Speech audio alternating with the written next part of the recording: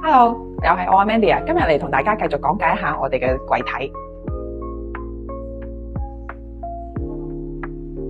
我哋嘅層板櫃體外邊咧都係用不鏽鋼嚟嘅，入邊嘅話填充咗我哋嘅4x4蜂窩鋁，然後淋上我哋嘅聚氨酯複合成型。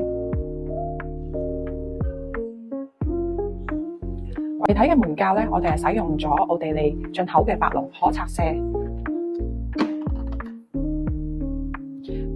櫃板裏面嘅話，包括層板裏面，我哋都係做咗預埋件喺裏邊嘅。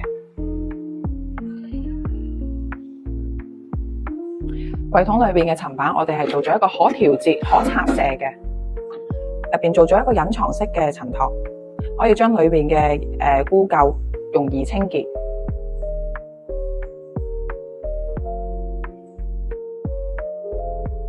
面對現場嘅路面唔平嘅情況下邊，我哋都唔使驚，因為我哋嘅腳係可以調節嘅。